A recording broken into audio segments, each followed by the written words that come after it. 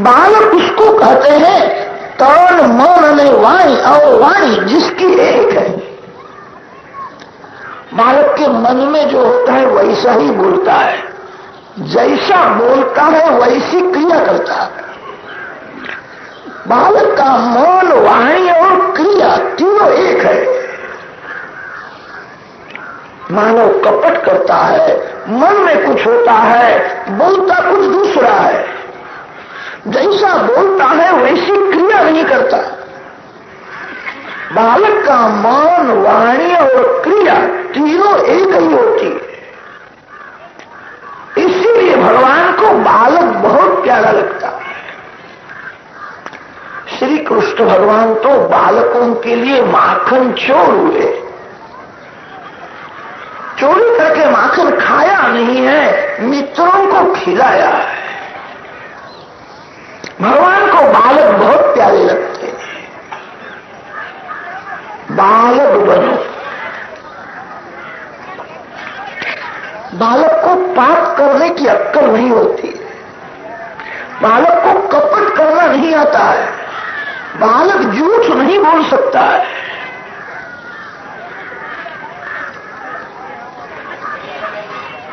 बालक के सामने पाप करना नहीं। आप जैसा करोगे उसका अनुकरण बालक करता है। बालक का स्वभाव अनुकरण करने का होता है। बालक के सामने भक्ति करो। आप भक्ति करोगे तो आपका बालक भी भक्ति करेगा। बाप सवेरे 4 बजे उठता हो, स्नान करके संध्या गायत्री जप करता हो, पूजा करता हो। कभी पुत्र के मन में भी ऐसी इच्छा होगी मैं 4 बजे उठूं, मैं प्रातः काल में स्नान करूंगा। कितने बाप ऐसे हो गए हैं चाय होने के बाद उठते हैं, शैया में पड़े पड़े पूछते हैं चाय हो गई? चाय पियो, चाय के आधीन मत हो। आप सब वैष्णव हो, प्रभु के प्यारे हो। व्यसन मन को बिगाड़ता है, व्यसन भक्ति में बहुत विघ्न करता है। चाय मिले तो ठीक है और न मिले तो बहुत ठीक है। मैं तो चाय का गुलाम नहीं हूं। कितने लोग ऐसे होते हैं चाय में विलंब हो जाए तो उनका मस्तक दुखने लगता है। व्यसन छोड़ो, बालक के सामने पाप न करो। आप जैसा करोगे उसका अनुकरण बालक करेगा।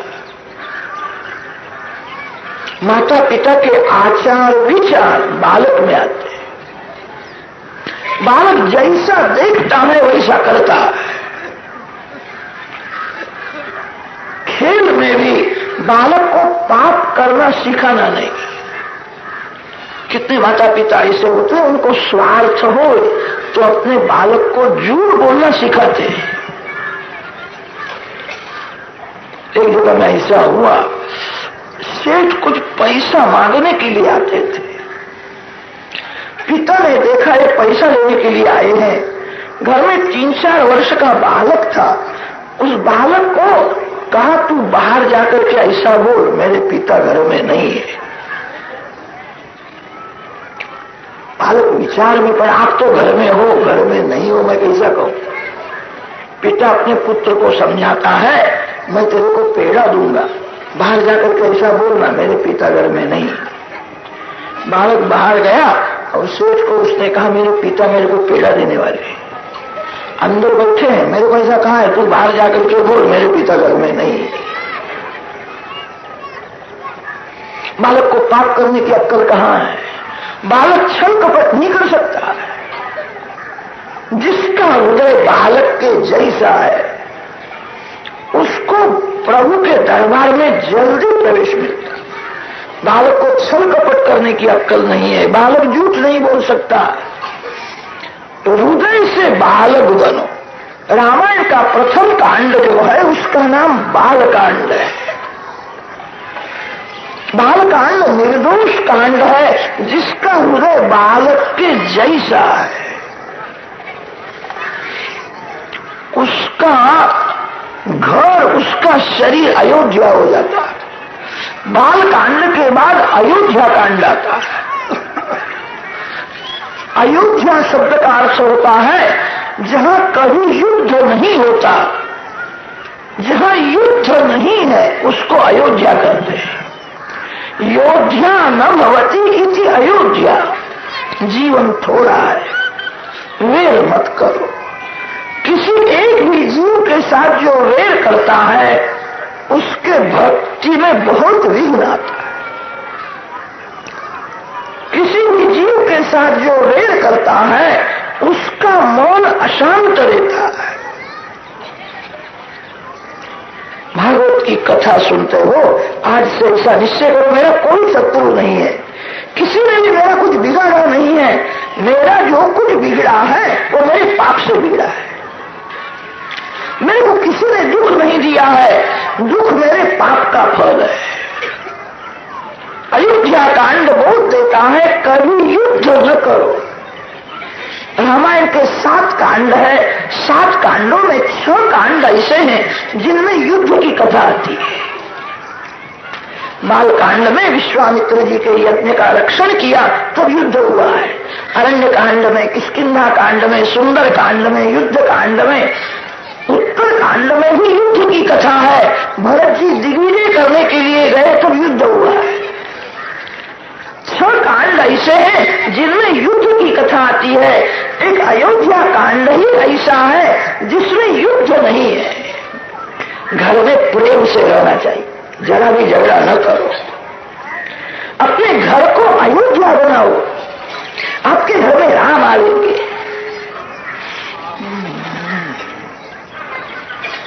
जहां युद्ध होता है वहां भगवान विराजते नहीं।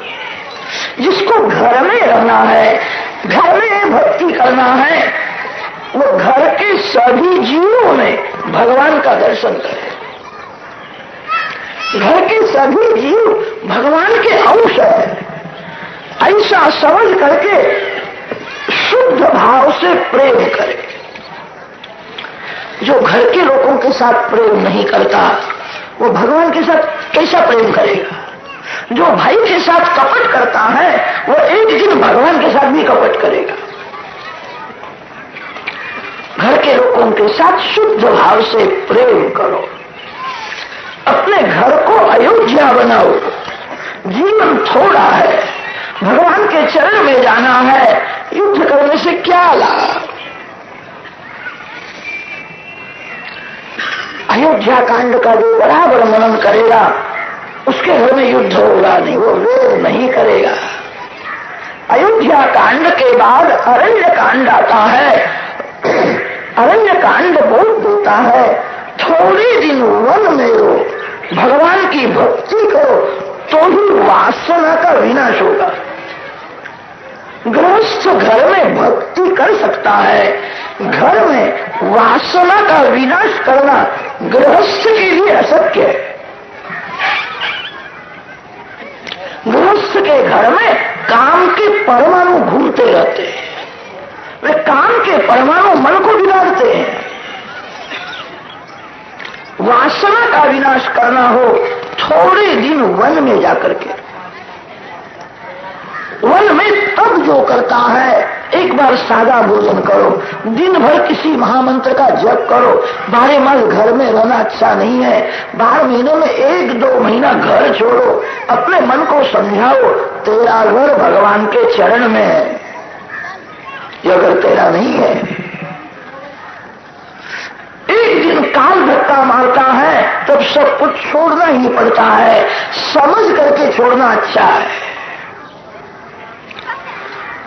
नाभाजी के भक्तमाल में अमरदास जी की कथा थी, अनेक संतों की कथा है। अमरदास जी 3-4 वर्ष के थे तभी से उनके बुद्धि में ज्ञान प्रकट हुआ था, बड़े ज्ञानी भक्त थे।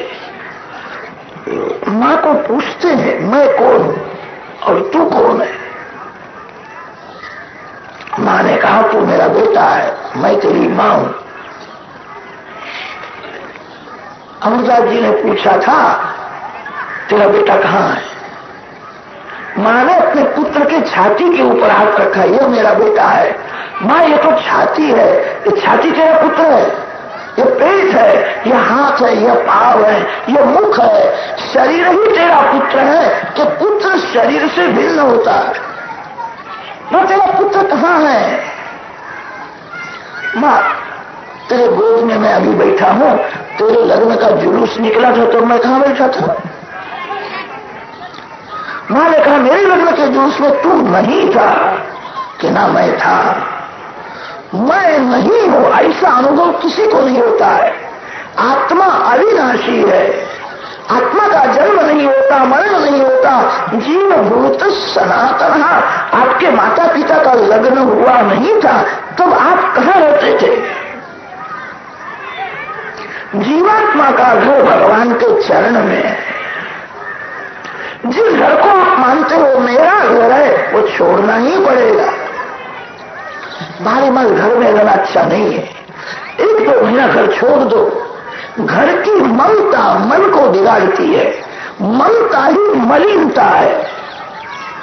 घर की ममता मन को बिगाड़ती है। बार बार मन को समझाओ मेरा घर भगवान के चरण में है, यह घर मेरा नहीं है, छोड़ना है। 1-2 महीना वन में जाकर के बारी बार घर में रहना अच्छा नहीं है। 1-2 महीना प्रवृत्ति छोड़ दो, दिन भर भक्ति करो, एक बार सादा भोजन करो, किसी भी महामंत्र का वन में जाकर के 1,00,000-2 लाख जप करो। ऐसा करने की बहुत जरूरत है। जो वन में रह करके तप करता है वही वासना का विनाश कर सकता है।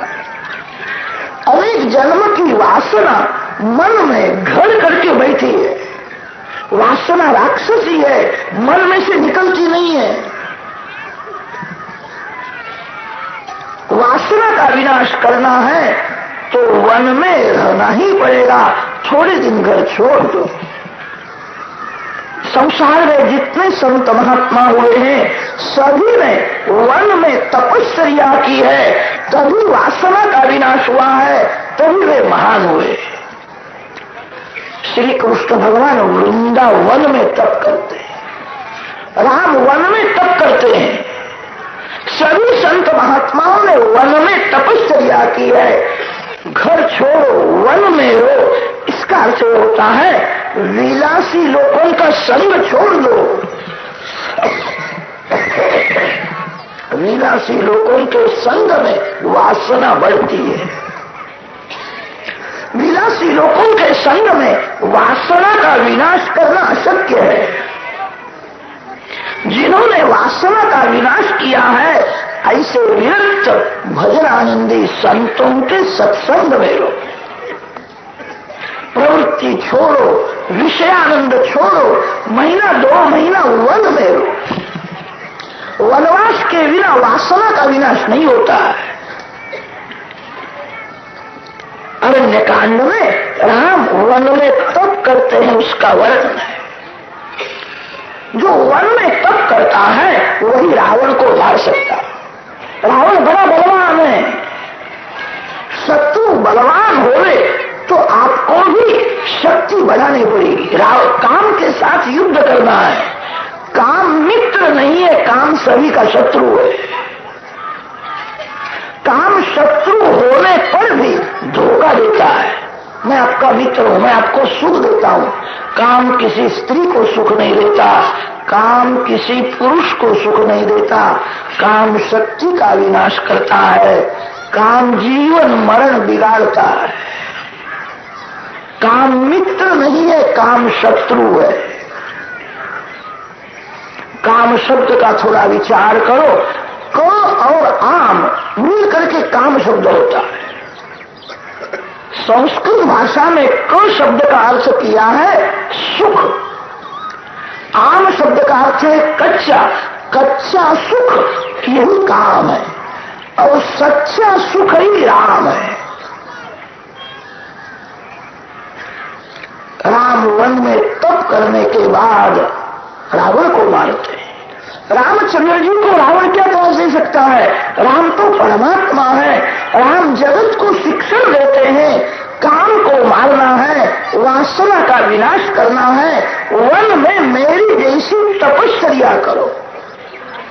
वन में 14 वर्ष तप करने के बाद राम रावण को मारते हैं, वन में जाने के बाद प्रथम वर्ष में क्यों नहीं मारा? 14 वर्ष तप करने के बाद रावण को मारते हैं। थोड़ा वन में तप करने की जरूरत है। घर छोड़ो, प्रवृत्ति छोड़ो, विषयानंद छोड़ो, एक बार सादा भोजन करो और दिन भर किसी महामंत्र का जप करो, ध्यान करो। कितने लोग घर छोड़ करके तीर्थ में तो जाते हैं, वहां जाने के बाद उनको घर बहुत याद आता है, घर का पता नहीं आता है। 15 दिवस हो गए। तीर्थ में रह करके जो घर का स्मरण करता है उसको बड़ा भारी पाप लगता है। तो घर में रह करके गंगा जी को, यमुना जी को जो याद करता है, घर में तीर्थ का स्मरण करना पुण्य है। तीर्थ में जाने के बाद घर का स्मरण करना पाप। जो भगवान के लिए घर छोड़ता है उसके घर की चिंता भगवान को होती है। आपका नुकसान नहीं होगा, आपके बालकों को भगवान संभालेंगे। इसने मेरे लिए घर छोड़ा। वन में सब कुछ भूल जाओ, प्रेम से भगवान की भक्ति करो, धीरे धीरे वासना का विनाश होगा। वासना का विनाश करना बड़ा बड़ा कठिन है। वासना का विनाश किए बिना कोई महान हुआ ही नहीं। रामचंद्र जी जगत को आदर्श बताते हैं, मैं ईश्वर हूं, मैं भी वन में तप करता हूं। वन व अरण्य कांड बोध देता है वासना का विनाश। अरण्य कांड के बाद आता है किष्किंधा कांड। किष्किंधा कांड में श्री राम सुग्रीव के मैत्री की कथा आती। सुग्रीव जीवात्मा है, राम परमात्मा है, जीव ईश्वर की मैत्री की यह कथा है। परमात्मा के साथ मैत्री करो, भगवान आपके साथ में ही रहते हैं। जीव भगवान को भूल जाता है, भगवान जीव को नहीं भूलते, भगवान जीव के साथ में ही रहते हैं। मानव को बोलने की शक्ति भगवान देते हैं, देखने की शक्ति भगवान देते हैं। परमात्मा के साथ मैत्री करो। सुग्रीव जीव है, जिसका कंठ सुंदर है उसको सुग्रीव कहते हैं। कंठ की शोभा राम नाम से है। जीव से जप करो, कंठ से जप करो, मन से जप करो। जो सुग्रीव है उसी के साथ राम मैत्री करते हैं। काम की दोस्ती छोड़ो, तब राम के साथ मैत्री हो। रामायण में वर्णन आता है, हनुमान जी की कृपा है सुग्रीव के ऊपर, इसीलिए राम सुग्रीव के साथ मैत्री करते हैं।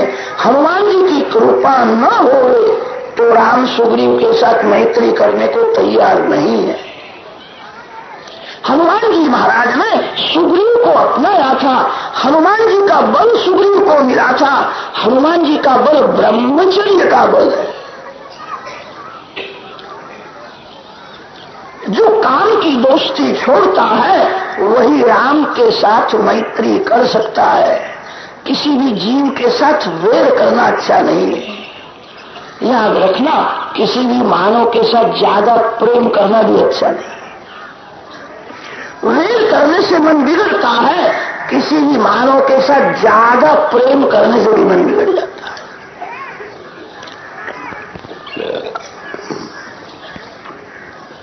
प्रेम करने लायक, मैत्री करने लायक एक भगवान है। परमात्मा के साथ मैत्री करो, मानव के साथ वैर न करो, किसी मानव के साथ ज्यादा प्रेम भी न करो। कोई मिले तो हाथ जोड़ो, दो मधुर शब्द बोलो। कदाच कोई आपको न मिले तो उसको याद करना नहीं। 2 महीने हो गए, 3 महीने हो गए, भाई मेरे को मिला नहीं, मेरे को बहुत याद आता है। कोई मिले तो अच्छा है और न मिले तो बहुत अच्छा है। ये जीवन परमात्मा के लिए। जीवन परोपकार के लिए है। हनुमान जी महाराज का जीवन सुंदर है।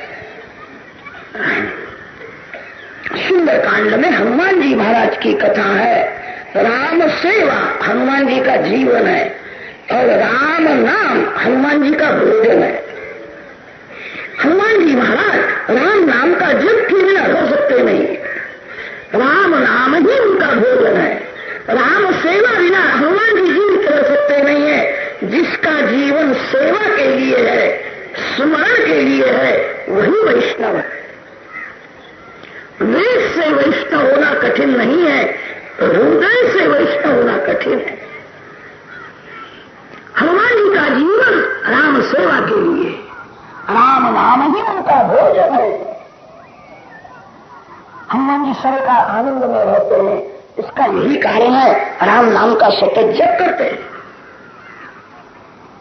संसार के सुख दुख की मान अपमान की असर नहीं होती है।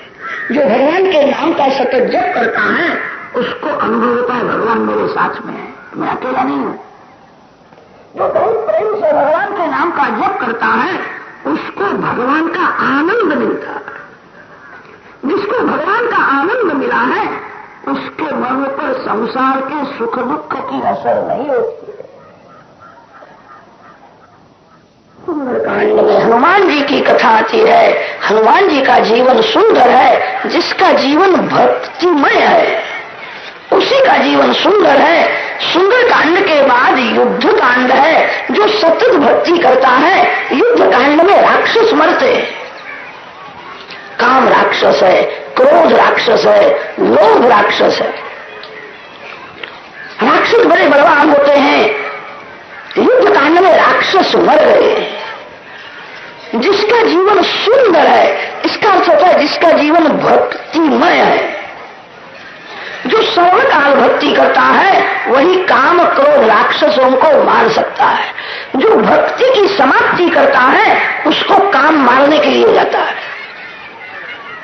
जो भक्ति की समाप्ति करता है उसी को क्रोध आता है। भक्ति सर्वकाल करनी है।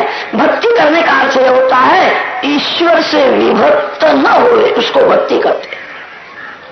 भगवान से दूर जाना नहीं है, सर्वकाल भगवान के साथ में ही रहना है। जो हनुमान जी के जैसी सर्वकाल भक्ति करता है वही राक्षसों को मार सकता है। कितने लोग ऐसा समझते हैं भगवान मेरे ऊपर कृपा करे, काम का विनाश होवे, क्रोध का विनाश होवे, फिर मैं भगवान की भक्ति करूंगा। अशक्य है। काम का विनाश जल्दी नहीं होता है, क्रोध का विनाश नहीं होता है। भक्ति को बढ़ाने से काम क्रोध विकार धीरे धीरे कम होते हैं।